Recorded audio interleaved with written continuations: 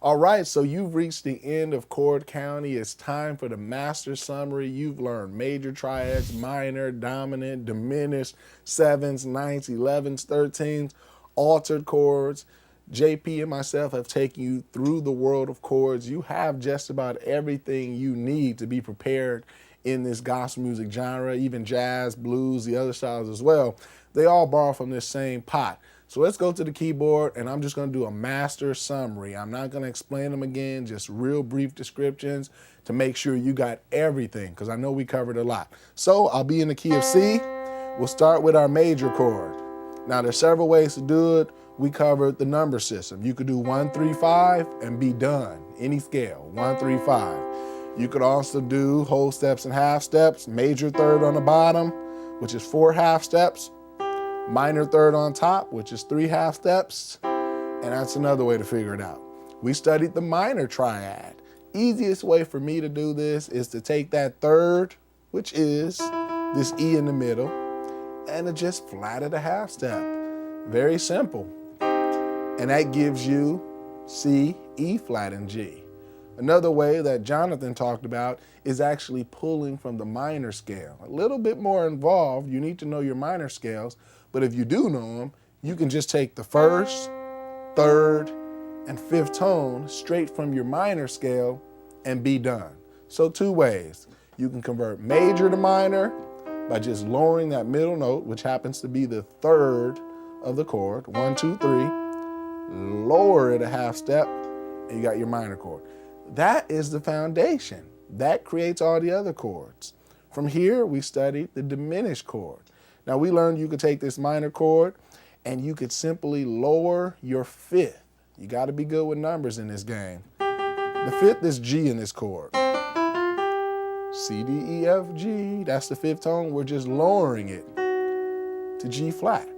So then you get C, E flat, and G flat. And we established that as a diminished triad. It's just 3 tones. We'll cover the bigger one later. So you got major, you got minor, you got diminished, and I'm not sure if we covered augmented, which we did. So you're going to take the C major chord, and instead of lowering the fifth tone, like we did, and the third tone, of course, you're going to start with the major chord, and you're going to sharp the fifth tone. So it's going to give you a more open sound, different type of sound. And that's C, E, and G sharp. So those are your basic qualities: major, minor, diminished, augmented. Those are your qualities. From there, we study 7th chords. So that's where you build upon the triads you already know.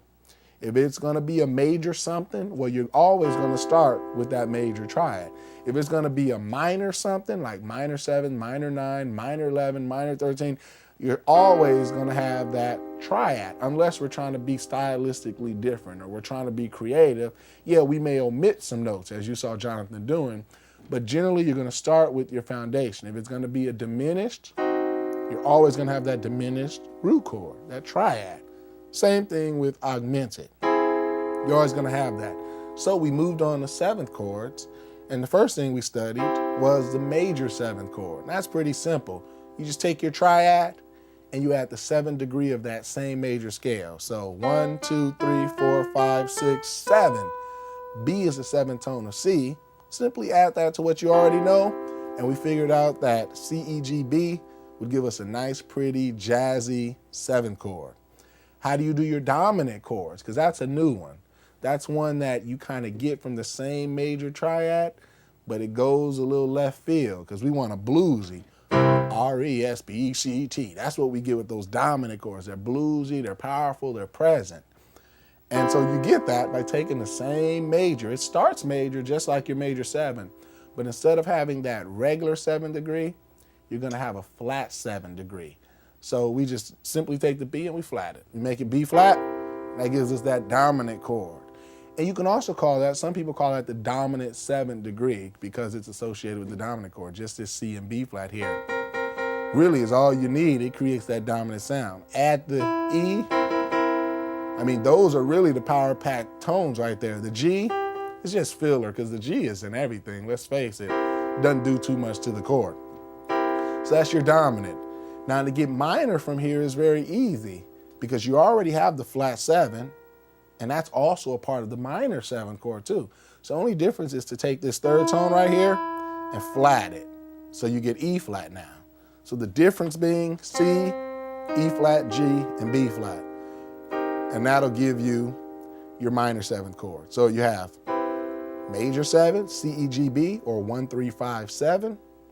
You got your dominant 7, which is C, E, G, B flat, or 1, 3, 5, flat 7. And then you have your minor 7, which is 1, flat 3, 5, and the flat 7. You can also do what JP said and take every other note of the minor scale. If you're good with minor scale, it's a straight 1, 3, 5, 7, not of the major scale, but the minor scale. Now, the good news is once you know all your different 7 chords, major, dominant, minor, the 9ths, the 11ths, and the 13ths, as we studied, are a piece of cake because this won't change. These won't change at all. You're just adding the 9, 11, or 13.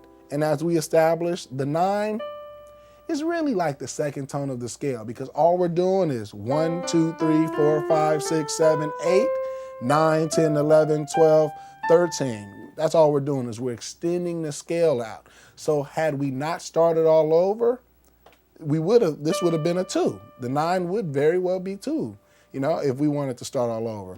This 11 right here would have been the 4th tone of the scale. Heck, F is the 4th. That's how I know it.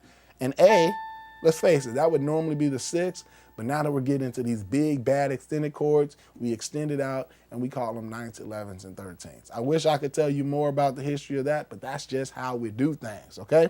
So all you gotta do is take this major 7 and add the 9th tone, and the good news is that's a major 9. It's like the 9 hijacks the situation, takes over, and you're good to go now, but it's called a major 9. And I do like what it adds to the situation. It makes it a lot more jazzier. The good news is the 9 is always gonna be the 9. You never have to worry about the 9 changing.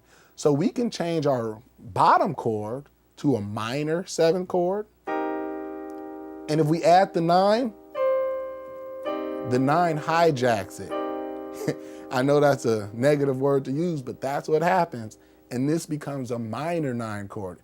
All we did was start with our minor 7, added the 9, and now we get a minor 9. Same thing happens with the dominant. You start with the dominant 7 that you know all too well now, add the 9 never changes. And the key of C is gonna be D. Add that 9, and now you got yourself a C dominant 9. If you wanna be cool, you could just say C9, that's for short. The good news is, as you learned, you do the same thing with the 11th chords. No different. All you do is add the 11th. So whatever used to be 9, just add the 11th here. Now at this point, you're gonna have to use 2 hands because it's just gonna get too hard. So you can play C right here or C on your bass, as JP explained. And this isn't a common chord, but you should know it. This is what you call the major 11th. And all we did was take the major 9, which came from the major 7, added the 9, added the 11.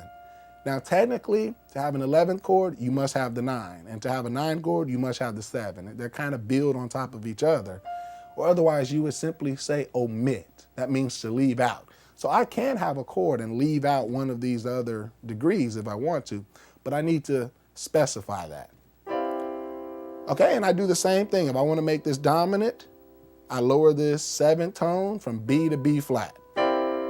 That's all I have to do, and now I have myself a dominant 11 chord. And if I wanted to make this minor, all I do is lower my 3rd tone. As you guys know, I lower it a half step to E flat. And this is the chord we all like in gospel music.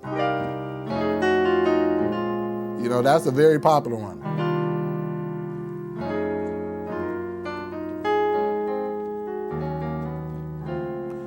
We like that one. But the other ones, as JP talked about, the major 11, not that common. You will find it in certain genres. The dominant 11, again, I think it's that tension between the F and the E. We talked about that. Those clash. So obviously, sometimes, you're playing the F alone and no E. That'll work. You have to omit some things, as we talked about. I won't repeat that stuff. But that's your 11 chords. And lastly, for your 13 chords, it's the same thing. You can take this major 11th, and all you have to do is add the A, which is the 13th of the key, or the 6th of the key, but we're gonna call it 13. And that creates a monster of a chord. Now you need to scoot everything over. Look how many fingers. Now obviously you don't play that as is. That's one of those things you gotta play differently, as JP said. But for the purposes of understanding how these are structured, is basically your regular major 7th with the added 9, added 11, and added 13th. The one that is common is the dominant 13th chord, and that's gonna give us that chord. But like JP said, oftentimes you don't even want that third in there. We omit the third, and it gives us a bigger gospel chord. And oftentimes the 5th tone as well. So you get this chord, And then oftentimes the other inversion is, instead of playing the 11th, you omit that and bring the 3rd back. But you don't want this 11 and this 3rd in the same chord. That's what really makes things awkward. So it's either one or the other. You're either gonna take this out and play B flat, D, F, and A as we studied, or take the F out and play B flat, D, E, and A. So now we have an E. It's the difference between this F and E. And oftentimes in gospel music, you will even resolve down. You can go from the F to the E, like in praise songs. A lot of people. So you'll hear movement, but not really at the same time. And then the last chord was the sharp 9, sharp 5. And it had its base in the dominant chord. So it's basically a dominant chord, but what we do, and I'll play it up here, is we take the 9 and we sharp it. So instead of going C, E, G, B flat, D, we go C, E, G, B flat, D sharp. Now that's just part of the alteration, because to alter means to change the chord. You're gonna be lowering and raising stuff. You're not gonna go with the normal chord as we've just learned. So we've already sharped the 9. Now we need to sharp the 5. What's the 5th of this key? It's that G. We're gonna sharp it. And so you get yourself a chord that looks like this. So you have your,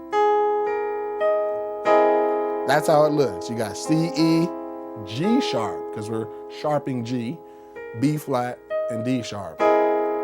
And that's a good passing chord. We do it. That's one of those kind of chords. You could do that as well, but you'll learn that in Pattern Paradise. And then the last alteration you learn is pretty much the same chord, but instead of taking this D right here and sharpening it to D sharp, we actually flatted it, giving us a flat 9 sharp 5 chord. So, and that's pretty much the same purpose as the other chord. It just depends on what your melody is doing as you learn.